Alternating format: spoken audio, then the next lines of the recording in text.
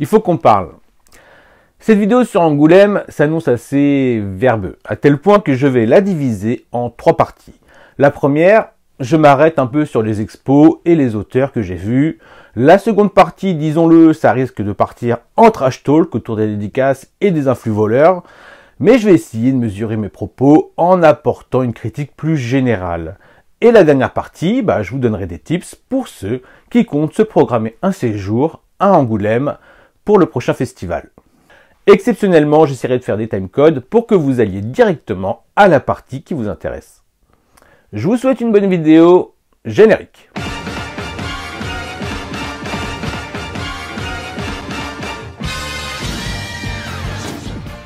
Première partie.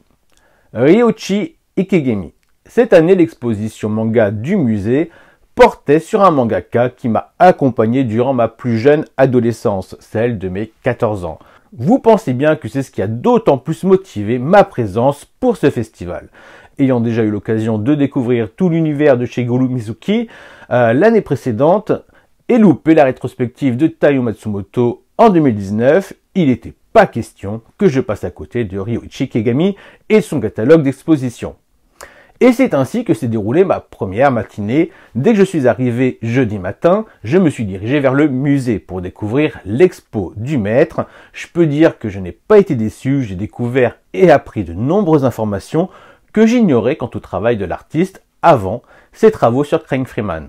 Et le moins que je puisse dire, c'est que ça m'a terriblement donné envie de découvrir certaines de ses œuvres, dont Otokogami, pour ne citer que lui. Hormis le plaisir de découvrir des planches originales, avec un trait évidemment bien plus net que ce que nous proposaient les différentes impressions des éditions françaises, on y voit son style évoluer.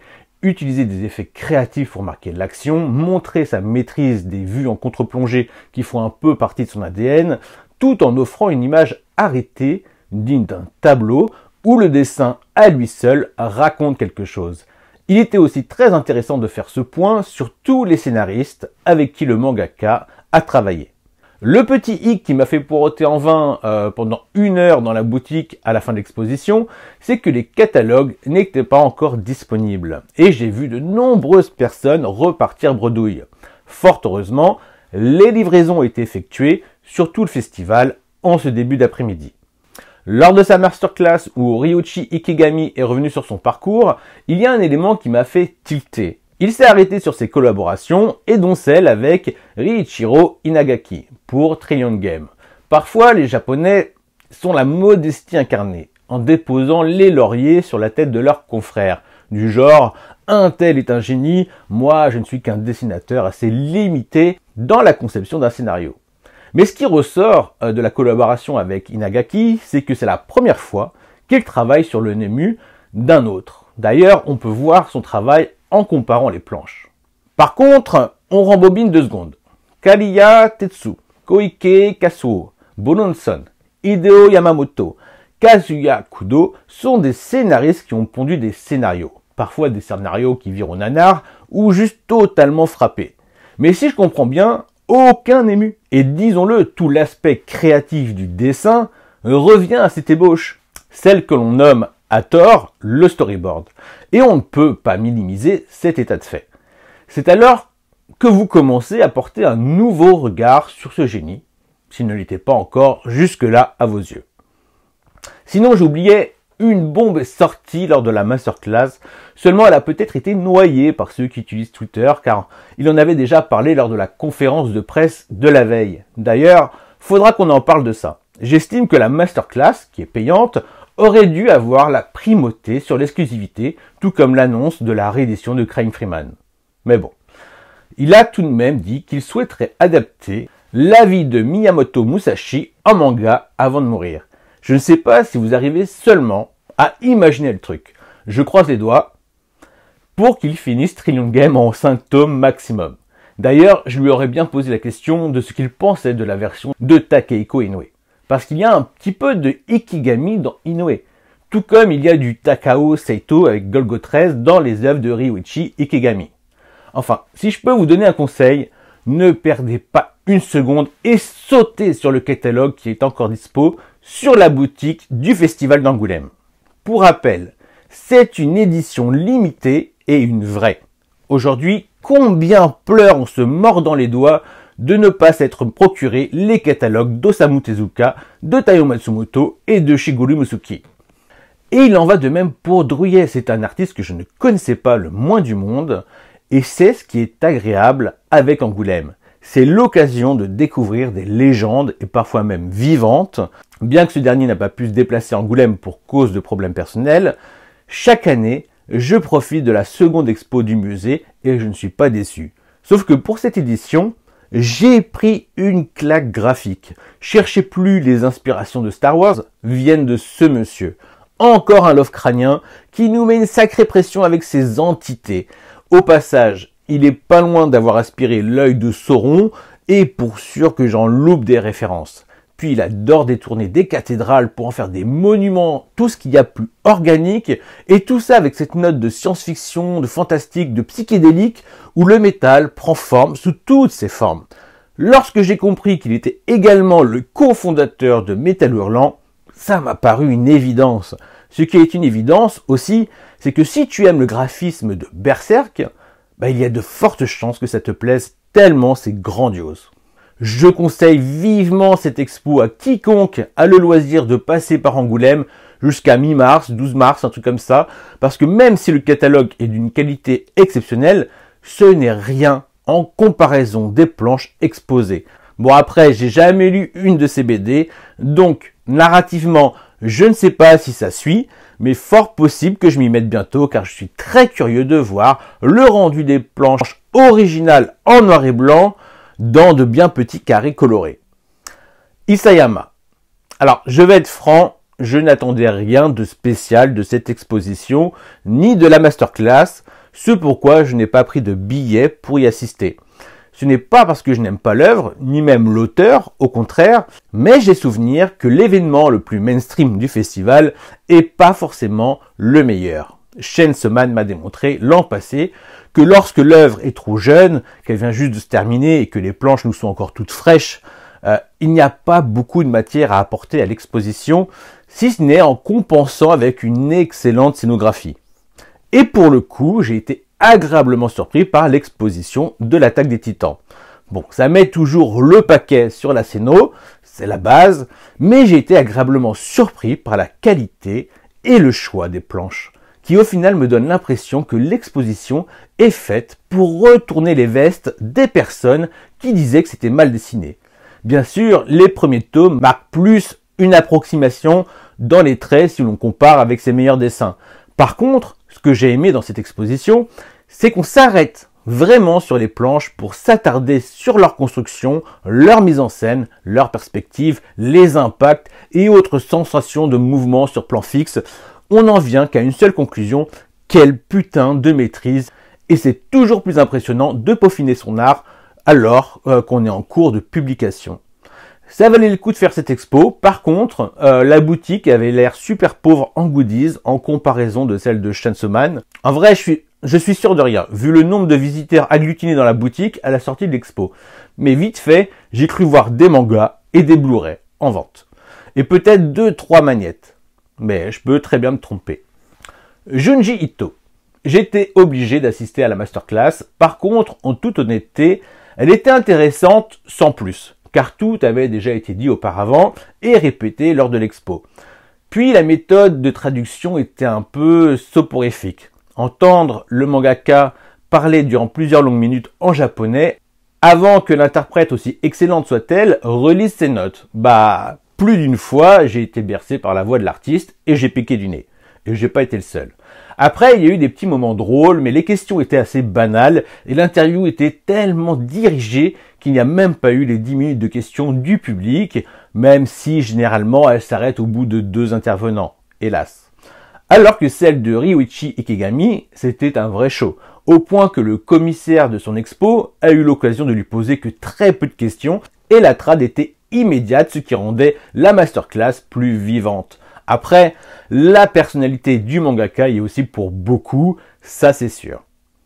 Pour revenir à l'expo de Junji Ito, elle avait elle aussi une jolie ambiance sonore et esthétique. On pouvait voir avec précision la maîtrise du mangaka, où chaque planche démontre la perfection, ou devrais-je dire la minutie du maître. Encore une fois, un très beau artbook est sorti pour l'occasion, mais aussi qualitatif soit-il, jamais il ne pourra retranscrire la définition et le caractère des planches exposées, et ainsi voir ce noir intensifié à coups de feutre, apportant presque un autre reflet aux coupes de cheveux et aux autres éléments nécessitant le noir. Concernant la boutique, elle était déjà plus intéressante que celle de l'Attaque des Titans.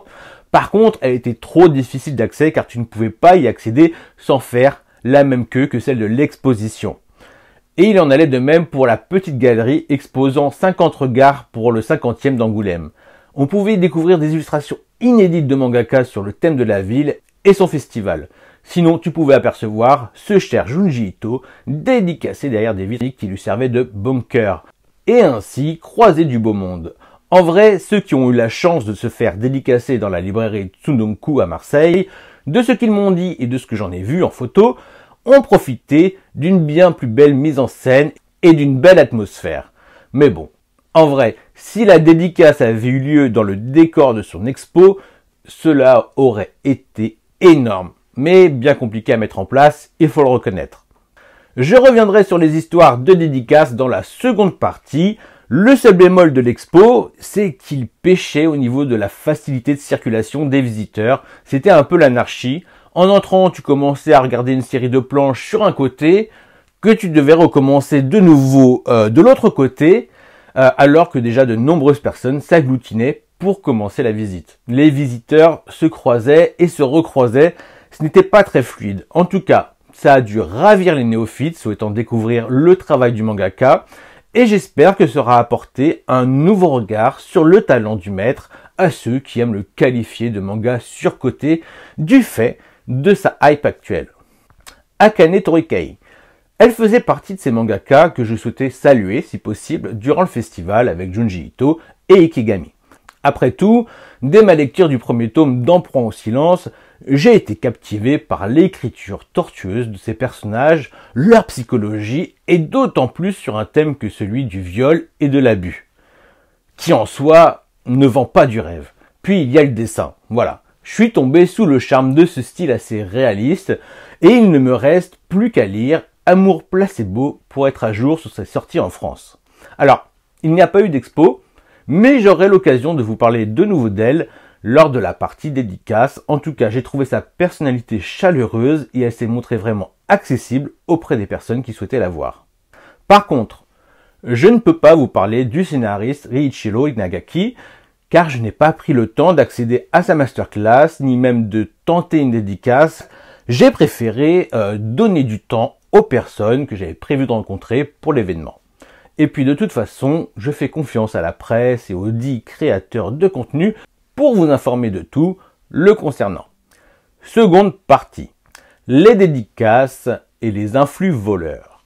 Bon, pour ceux qui traînent un peu sur Twitter, vous êtes déjà un peu au courant de ce qui s'est passé au niveau des dédicaces de Junji Ito et de Ryoichi Ikegami. Pour les autres, je vais vous faire vivre ça comme si vous y étiez. Avant tout, il faut que vous sachiez que le mercredi, c'est la journée dite pro. Les expositions sont ouvertes aux professionnels. J'entends par là toutes les personnes qui ont une carte presse ou une accréditation plus communément appelée Access Press. En plus, des éditeurs sont invités journalistes et depuis peu les influenceurs, ce qui est un avantage non négligeable pour bosser, car vous avez l'opportunité de visiter les expos en toute tranquillité. Et cette année, côté pro, l'expo de Junji Ito s'est déroulée avec l'auteur, ce qui en soi est une jolie opportunité. Enfin voilà, tout ça pour dire que les pros ont leur journée. Par contre, il reste assez mal vu de demander des dédicaces à ce moment-là. Pour rappel, influenceurs et journalistes sont d'abord là pour bosser. Revenons à la première dédicace officielle de Junji Ito qui a eu lieu le jeudi à 10h. Je n'y étais pas, mais de ce que j'ai compris via Capsule Manga aka Dark Juju, c'est que les premiers sont arrivés autour de 5h du matin. Et qu'en étant arrivés à 7h30, ils faisaient facile partie des 50 premiers. Des gens se rajoutent au groupe de copains de devant, mais ils savent qu'ils sont toujours 60e puisqu'ils sont régulièrement comptés.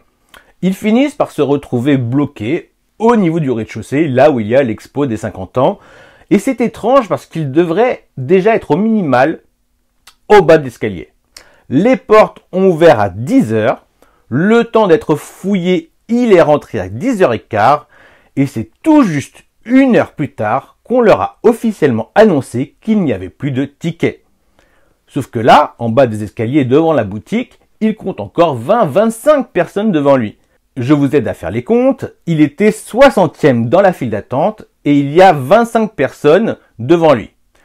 Ce qui fait que la personne qui était 35e n'a pas pu avoir son ticket. Alors qu'il y a officiellement 100 tickets de dédicaces disponibles chaque jour.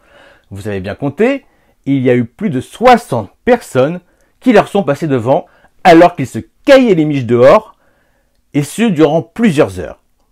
Ces 60 personnes ont utilisé leur accès presse comme un passe-droit en passant par derrière, ou ils ont inventé une excuse suffisante pour que les vigiles les laissent rentrer, et ainsi ils ont directement rejoint la zone dédicace, donc par derrière, avant 10h.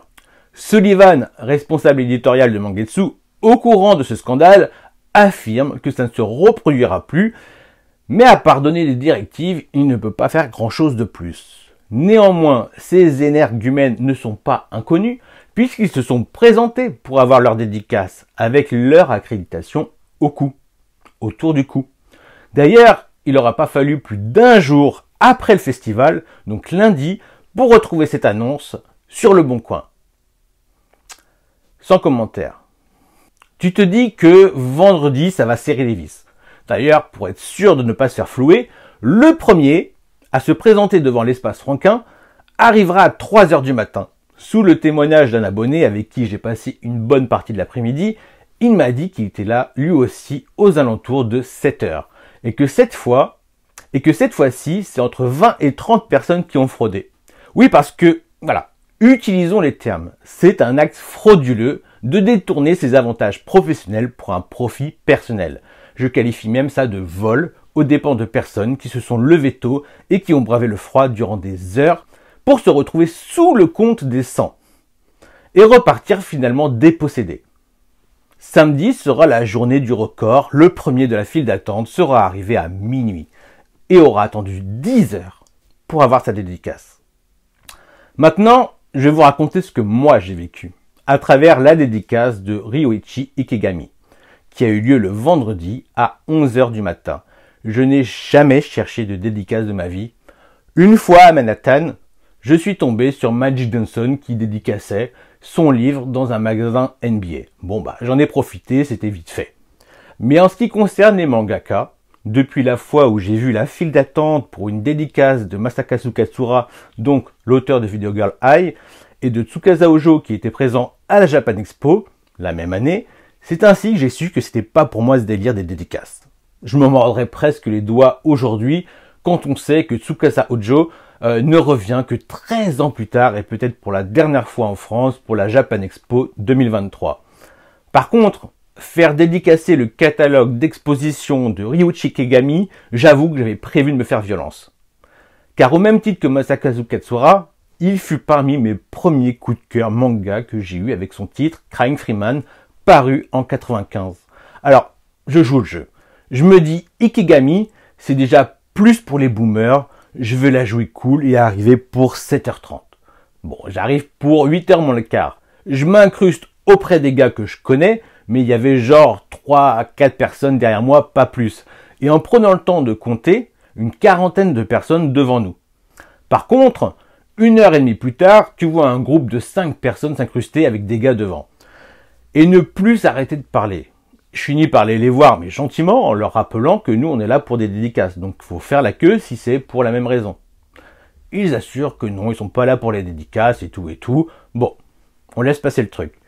D'ailleurs, il était fort possible que devant nous, certaines personnes étaient là pour la mangaka Akane Torikai. Et pas forcément pour Ryoichi Ikegami.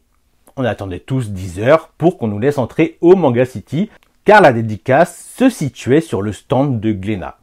Je vois un autre groupe de filles en cheveux rouges qui essayaient l'air de rien de s'incruster dans la queue, mais je sais pas si devant ils les ont calmés. Mon avis que non, car je ne les ai pas vus repartir. La file avance, on se retrouve devant le premier arrêt où on fouille les sacs. D'un coup, la sécurité ouvre un autre accès pour accélérer ses fouilles.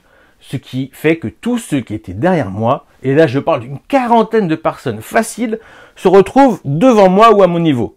Sans parler que je me retrouve avec devant moi les petits couillons qui sont pas là pour les dédicaces et qui nous freinent, mais un temps de dingue, parce qu'il y en a un qui a plein de choses dans son sac et que ça dure une éternité. Et que l'autre vigile là, il rigole avec un autre gars parce qu'il est en t-shirt. Ça n'en finit pas, je suis en train de péter un câble vu comment je suis en train de me faire enfiler en beauté. Je ne suis pas du genre à courir pour arriver le premier à l'ouverture d'un truc. Mais là, je me mets quand même un petit coup de pression et je trotte vite fait. Voilà, je retrouve mes camarades lors du prochain arrêt pour vérifier les passes. Je devine que ça fait chier la dizaine de personnes que je dépasse pour les rejoindre, mais faut pas déconner là. Là, je suis un peu irritable et tout, faut pas me faire chier. Ils étaient loin, tous loin derrière moi à l'origine. Monsieur Mangas, avec qui je fais la queue sur la file d'attente depuis le début, avec Zeno, un mec actif pour ses achats mangas sur Twitter, commence à flipper à cause des mecs avec leur carte presse qui attendent dans la rangée dite VIP à côté de nous. Bah oui, le spectre de Junji Ito est jamais bien loin. On arrive au dernier péage. En regardant avec attention, j'ai l'impression qu'on se retrouve à peu près à la même place qu'au début, genre entre 40 et 50. Possible que dans l'histoire, on a perdu une dizaine de places. Mais vas-y, ça va. On peut se détendre un peu. Puis c'est là qu'on voit un gars qu'on connaît, qui arrive à 10h moins le quart. Il est 9h45, la tête haute, pas peu fier de lui, et qui passe devant toute la file en portant son accréditation autour du cou. D'autres personnes étaient passées avant lui, mais c'était pour aller bosser, pour ouvrir leur stand, tout ça. C'est là que Monsieur Mangas me parle du gars et de son CSC. Vous savez, quand on foot, on marque un but contre son camp. On parle de CSC. Bah là, c'est ça, parce qu'on l'avait croisé, le gars, juste après la masterclass de Junji Ito, pas plus tard que la veille. Il nous disait que c'était abusé, que ça fraude comme ça pour les dédicaces. Et tout le monde sait de qui on parle. On parle de ceux qui prennent leur accréditation pour des fast-pass, pour des passe-droits, pour couper les fils. Et là, on le voit se dandiner à 9h45. Alors j'essaie de relativiser en disant à Monsieur Mangas qu'il est sûrement là pour aller bosser et donner un coup de main sur un stand. De ce que je savais, il était affilié à Nazca. Vas-y. J'essaie d'être positive en attendant 10 heures, puis vient le moment où ça court devant moi. J'essaye de me situer vis-à-vis du stand de Glénat, mais j'ai dû prendre le stand du mauvais côté, et là je vois quoi? Une dizaine de personnes, si pas plus, avec leur sac Glénat, en train d'attendre devant le lieu de dédicace. J'en crois pas mes yeux, mais j'ai pas le temps. J'ai tout fait à l'envers, et je cherche le tome 3 de Sanctuary, qui pour le coup est pas du tout mis en avant. J'apprendrai plus tard que je pouvais prendre n'importe quel bouquin du moment, que c'était un achat. Ok, un peu zarbe le délire, seulement alors que je m'approche de la caisse, on me signifie que je dois sortir du stand pour faire la queue à l'extérieur. Putain, mais c'est quoi cette merde? Je finis par retrouver mes camarades, mais je vois que je suis au même niveau que ceux qui étaient là depuis 6 heures du matin, dont Babylonia, une personnalité sur Twitter que j'avais reconnue direct. Je parle un peu avec elle parce que devant nous, il y a bien 50 personnes. Je trouve ça un peu abusé pour elle parce que je l'ai vue, elle devait être la première, voire la seconde personne. Elle était au devant de la file d'attente. Un gars me dit qu'il est là depuis 6h30. Normal, il apprécie moyen de se retrouver derrière moi tandis que je parle avec elle. Alors je le rassure direct en me remettant derrière lui, en retrouvant mes gars. À partir de là, pour moi, c'est une question de solidarité et le plus important, c'est qu'on ait notre ticket. Mais j'étais loin d'imaginer la suite. Avec les camarades, on arrive à avoir nos tickets. Mais l'organisation, elle est éclatée. Pour vous dire, ceux qui voulaient juste acheter un truc devaient eux aussi faire la même queue que ceux qui voulaient un ticket pour la dédicace.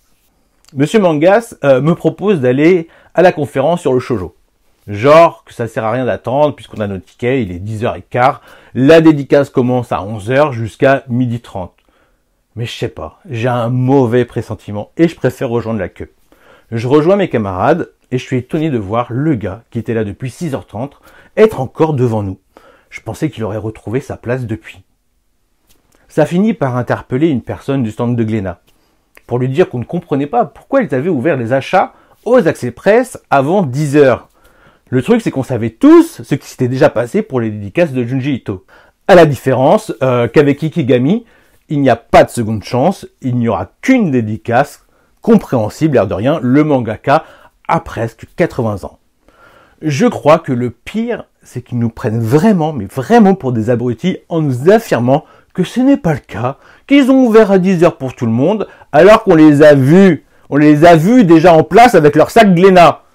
On est tous sous tension, le gars de 6h30 reconnaît un gars qui arrivait comme une fleur à 9h45 rejoindre ses potes, comme si de rien n'était. Alors il l'interpelle, mais vous croyez que se taper la honte devant tout le monde lui aurait servi de leçon? Non! Le mec a fait genre, il repart derrière pour se retrouver directement encore plus devant, là où on ne le voit pas avec ses potes. Puis je vois deux jeunes en train de discuter avec leur t-shirt Glénat, super mal à l'aise après nous avoir compté. Je leur demande, mauvaise nouvelle? Et oui, apparemment, il n'y aura que 50 dédicaces sur les 100 qui étaient prévues.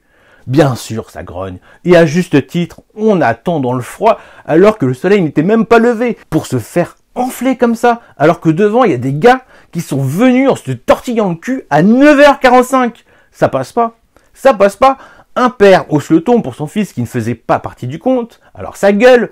On pointe du doigt cette organisation de merde. Et pourquoi ça continue à distribuer des tickets qui ne sont même pas numérotés? Ça continue là, 10h30, 10h45, à distribuer des tickets.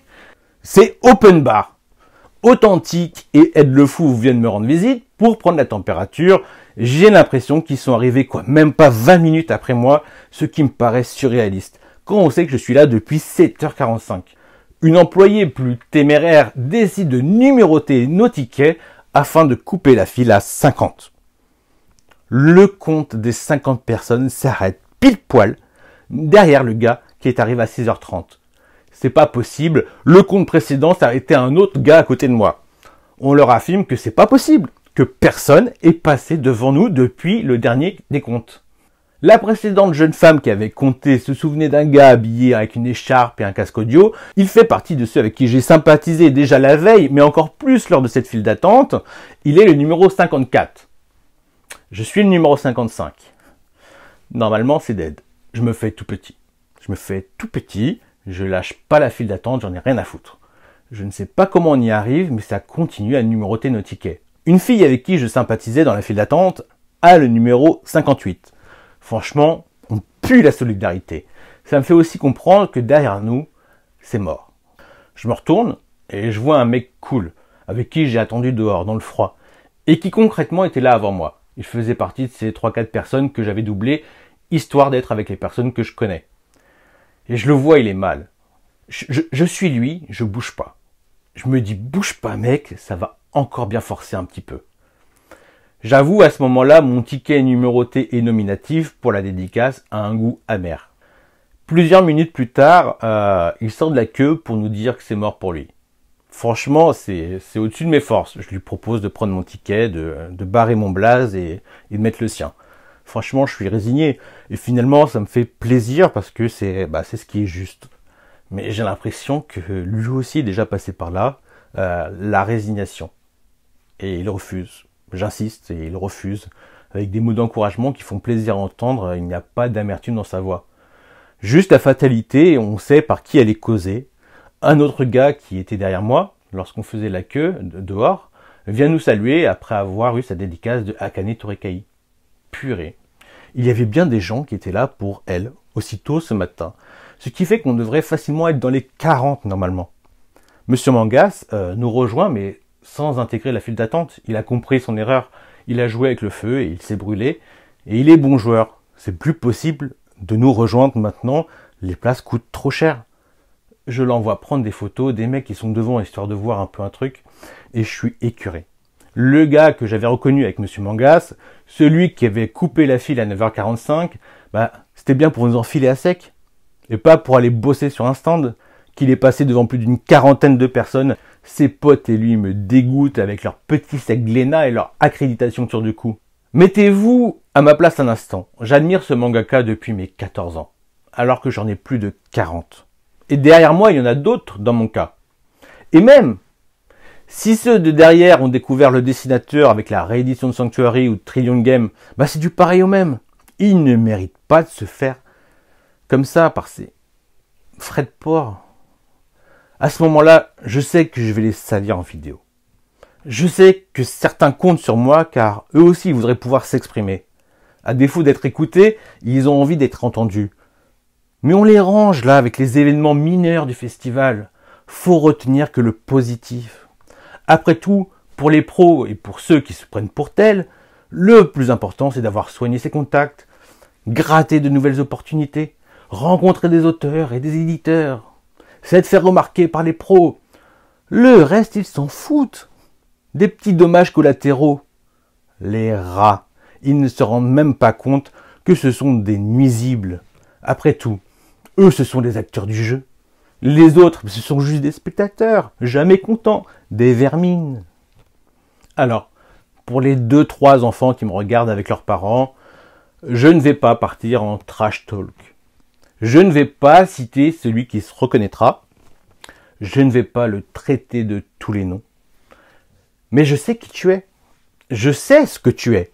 Rien qu'un gratteur dont l'accréditation autour du cou t'est montée à la tête. T'es juste un rat. Et le problème, c'est que vous profilerez. Alors ça continuera à faire semblant, à faire l'air de rien sur Twitter, à minimiser. Mais moi, je sais que quel que soit ton grade, tu restes un susboule. Ma haine a fini par redescendre. Lorsque ceux qui auparavant nous comptaient nous annoncent, avec le sourire, qu'on pouvait remercier Ikegami qui avait accepté que les dédicaces aillent jusqu'à 70. Mais plus un de plus. Alors je me retourne, en espérant voir le gars sûr qui n'avait pas accepté que je lui donne mon ticket. Et le karma fait bien les choses. Il n'avait pas abandonné, il faisait partie des 70. Enfin un peu d'allégresse. C'est nul de penser ça. C'est nul de penser ça pour les 30 que nous laissons derrière nous. Mais maintenant, je pouvais vraiment profiter d'être là, où je suis, avec ceux avec qui j'ai passé cette épreuve. Et de là où je suis, je vois qu'au final, Ikegami Sensei accepte de signer les bouquins en plus de Lex Libris. J'ai mon catalogue dans les mains, prêt à lui tendre en m'inclinant devant lui. En vrai, je ne sais pas quoi lui dire sans avoir l'air ridicule. Puis vient mon tour. Alors je lui dis que c'est pas la peine de dédicacer Lex Libris. Je me contenterai volontiers d'une seule signature sur mon bouquin. Mais on me fait comprendre que c'est obligé. Voilà, je garde le catalogue devant moi et je commence à lui raconter ma vie, grâce à l'interprète à nos côtés. Je crois que j'ai jamais été si nerveux, genre émotion contenue. J'ai l'impression d'être un gosse. Je lui avoue que, ado, j'ai montré le tome 1 de Craig Freeman à ma mère pour la convaincre de me passer de l'argent afin de m'acheter le tome 2. Et en lui montrant que les dessins étaient superbes et tout. Bien sûr, en feuilletant devant elle, on tombe sur les planches avec les corps nus et tout et tout. Je l'ai quand même eu, mon avance d'argent de poche. Après tout, c'était pour la culture. Monsieur Ikegami rigole avec l'interprète et je suppose son éditeur, ça va, ils sont bon public. Puis il prend mon catalogue pour le dédicacer. Je remercie tout le monde, dont celui qui servait également d'interprète lors de la masterclass. Il me dit d'ailleurs que c'est de la chance. Il me dit d'ailleurs que j'ai de la chance, normalement, il ne fait pas de dédicace sur un tel objet, alors je savoure. Mais c'est marrant, le regard que portent sur nous ceux qui entourent le mangaka. C'est comme s'ils étaient attendris, et blasés un peu aussi à la fois, mais bienveillants. Ils doivent vraiment percevoir nos émotions. Vous pensez bien qu'après moi, Zeno s'est débrouillé pour envoyer quelqu'un lui acheter le catalogue, alors qu'il l'avait déjà acheté avec moi le jeudi dernier, pour ainsi avoir lui aussi sa dédicace dessus. Franchement, je suis sorti de la dédicace vidé, un peu hagard. Je suis resté là à regarder les autres qui avaient eu leur dédicace et ceux qui allaient l'avoir. Puis je suis parti, mais marqué par cette matinée autant par le mangaka que par la solidarité dont on a fait preuve chacun d'entre nous. Voilà, j'ai cru que c'était fini pour moi les dédicaces.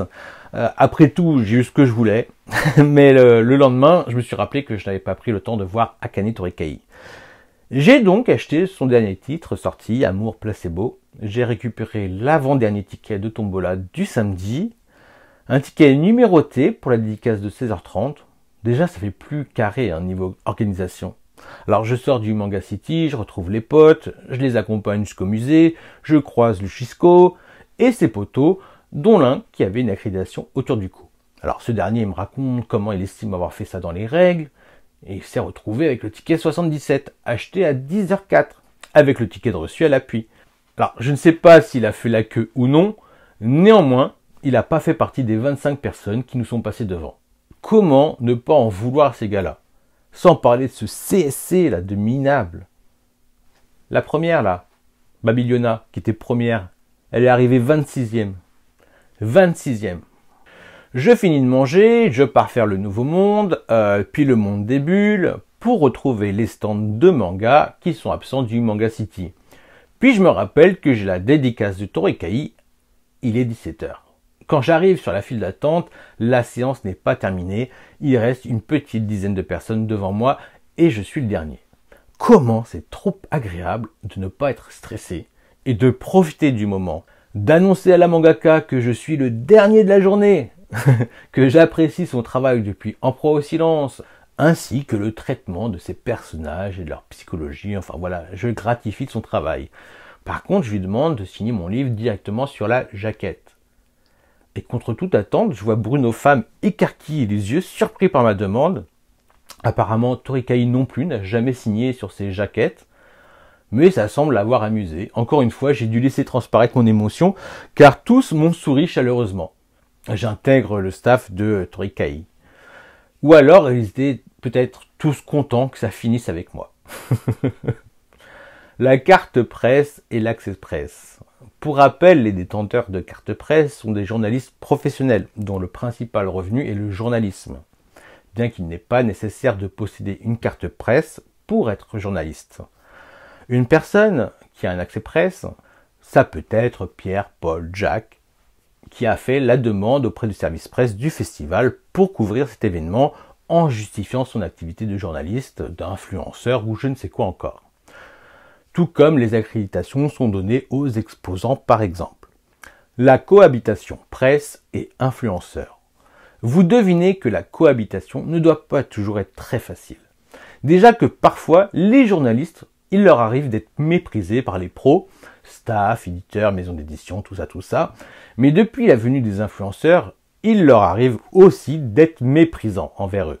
Certainement le côté élitiste de certains avec leur propre échelle du mérite. Pour sûr, plus il y a de nouveaux venus, plus ça réduit les créneaux horaires pour interviewer un auteur. Le cas de Junji Ito à Angoulême est assez frappant. Il a littéralement été harcelé, tous les médias lui sont passés dessus. C'est presque devenu leur chose, avec la photo et tout pour flex. Parce que bon, en vrai, que ça fasse 25 ans que tu admires un auteur, ou depuis à peine 2 ans, qu'importe, l'opportuniste sera toujours le plus grand fan. Par contre, je vais mettre le doigt sur quelque chose. La grande majorité des influenceurs n'ont pas les connaissances et la culture qui va avec leurs ambitions. Oui, c'était un peu chiant que ce soit Léa Salamé qui ait l'exclusivité d'interviewer Isayama avant le festival. Après, lorsque je vois ces dits influenceurs se plaindre de ce choix, parce que d'après eux, la journaliste n'y connaît rien en manga, j'ai envie de dire redescendez un peu sur terre. Tous les jours, on vous grille. Lors d'émissions, qu'un tel ne connaît pas son sujet, que ce soit sur la télé ou sur Internet, vous démontrez très vite vos limites. Ce qui enlève un temps de parole fort regrettable aux autres, qu'on peut estimer plus qualifiés et donc bien plus intéressants. Ah oui, souvent vos propos sont creux, passe-partout, vous êtes là la plupart du temps dans de l'improvisation, le vite fait, l'approximatif, et après vous vous plaignez que ce soit une pro qui ait ce rôle pour s'adresser à un large public. Vous vous appelleriez Valentin, Paco et Jérôme Lachasse, pour ne citer qu'eux. Je le comprendrais tout à fait. C'est trop dommage de ne pas leur donner l'occasion de faire le boulot, parce qu'ils le font à mon goût vraiment bien. Ça, c'est des pros dans leur domaine, et au final, le plus dérangeant, c'est juste cette histoire d'exclusivité. Mais bon, ça flex avec Junji Ito. En tout cas, j'espère vraiment qu'il a été rémunéré pour faire tout ça, parce que j'ai l'impression qu'il a été pressé et essoré par trop de promos. Après, je fais confiance à Sullivan et le staff du maître pour avoir pris soin de lui, parce que c'est tout de même important de préserver un auteur. Le CSC de l'insouciance. Voilà, mettons les pieds dans le plat. Vous connaissez tous l'adage, un grand pouvoir implique de grandes responsabilités. Eh ben, on est en plein dedans. Tu peux pas critiquer ceux qui fraudent et frauder juste derrière. Tu peux pas flex en tortillant le cul, le sourire aux lèvres, en regardant cette bande d'idiots qui poireaux depuis 6 heures du matin, pour certains, et passer devant tout le monde, sous prétexte que tu es accrédité pour tenir un stand. Tu ne peux pas te pointer devant un auteur pour une dédicace en passant devant tout le monde. Parce que t'es en presse ou exposant. Mais on est où là? On marche sur la tête. Ça va nous dire, on a fait comme tout le monde, on a payé notre manga pour avoir un ticket. Sauf que vous vous êtes présenté un quart d'heure avant, sans pression. C'est passé comme une lettre à la poste. Et en plus de nous être fait enrhumer, on a même eu le droit à la fessée qui allait avec. Après, les mecs savent peut-être pas lire.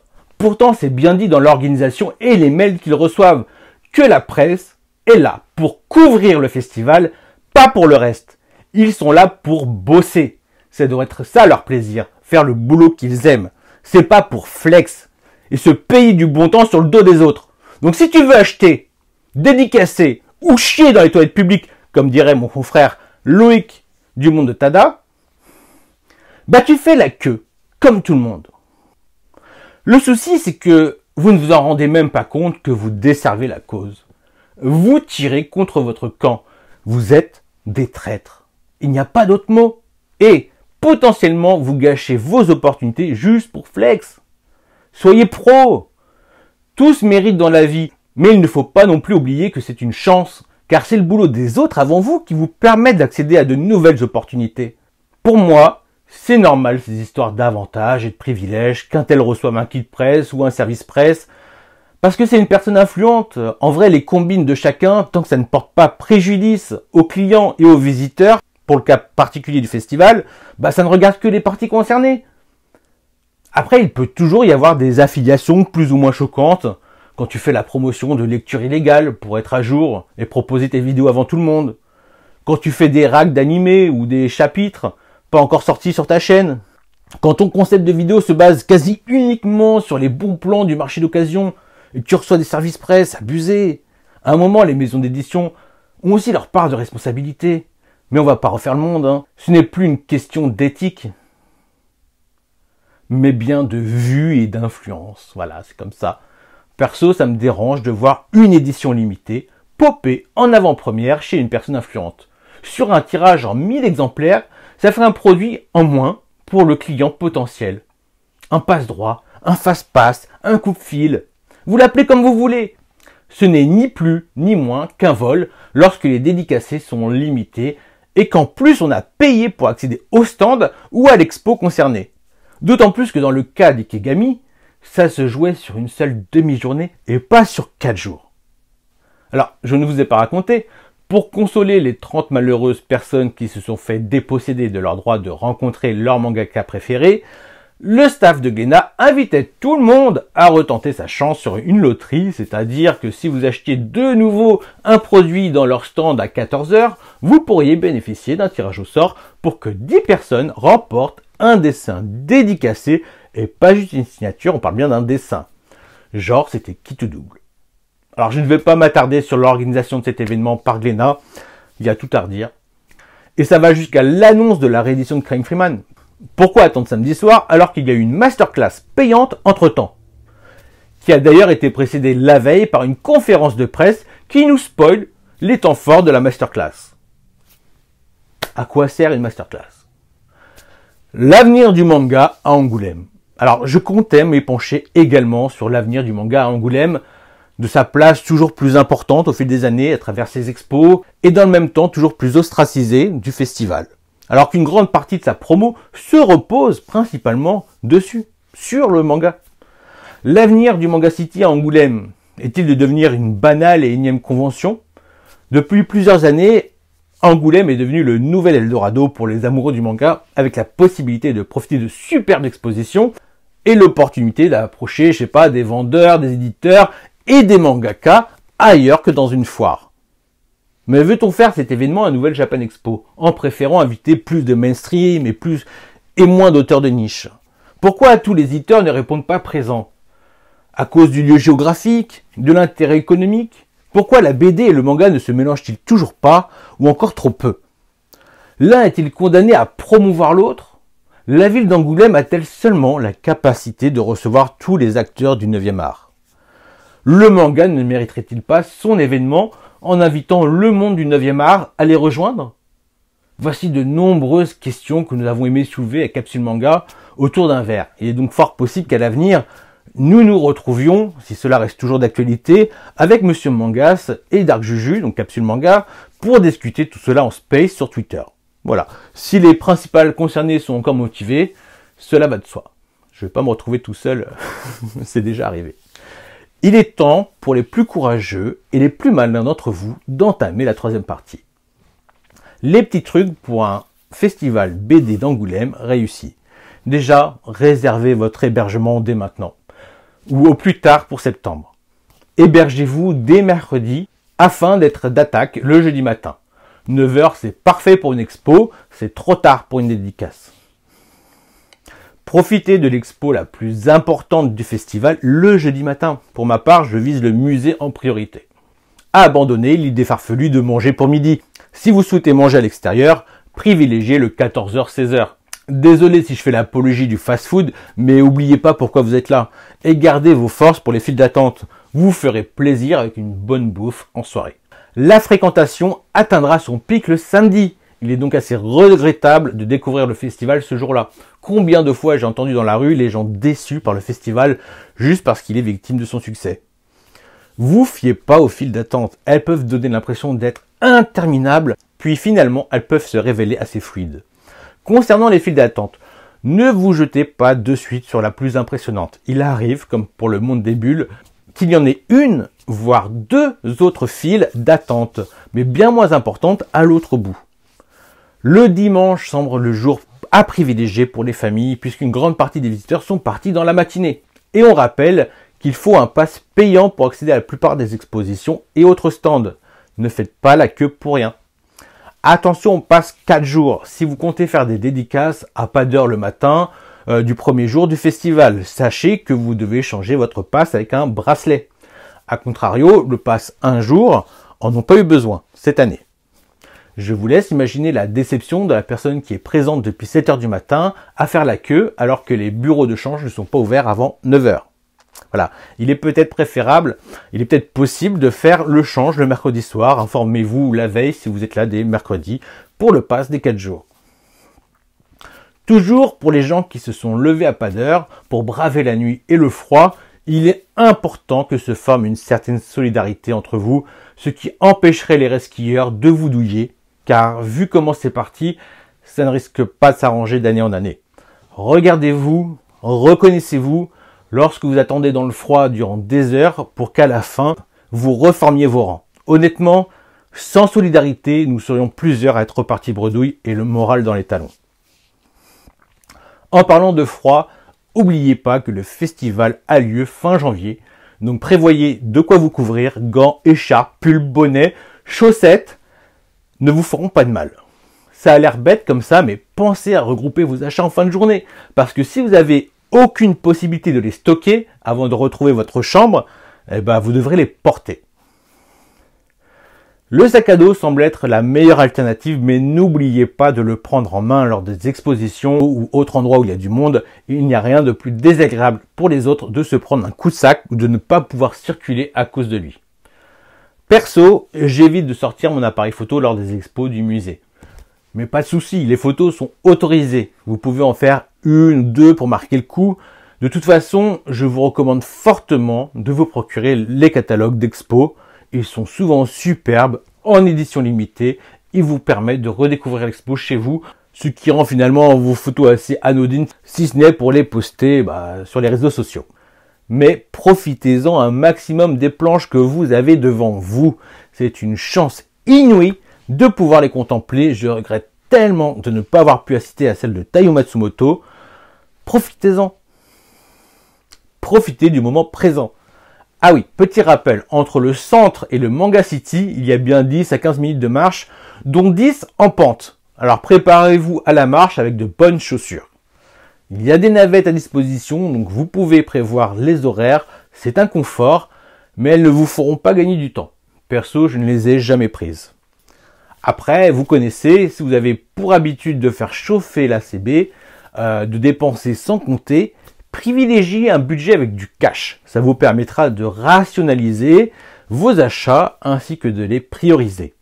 D'ailleurs, en parlant de priorité d'achat, je vous invite à privilégier les stands de maisons d'édition indépendantes, tels que les plus connus, EMHO, Naban, Le Lézard Noir, Cornelius, bien sûr j'en loupe, Déjà parce que vous n'avez pas souvent accès à leur catalogue, surtout si vous n'avez pas de librairie spécialisée près de chez vous.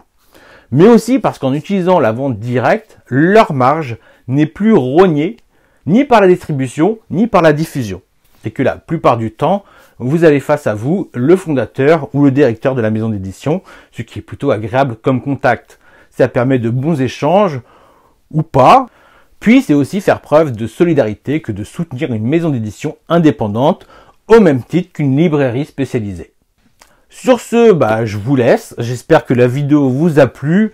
Moralité de la seconde partie de cette vidéo, ne faites pas ce que vous n'aimeriez pas qu'on vous fasse. Mais surtout, ne tendez pas l'autre joue, vous n'êtes pas du bétail.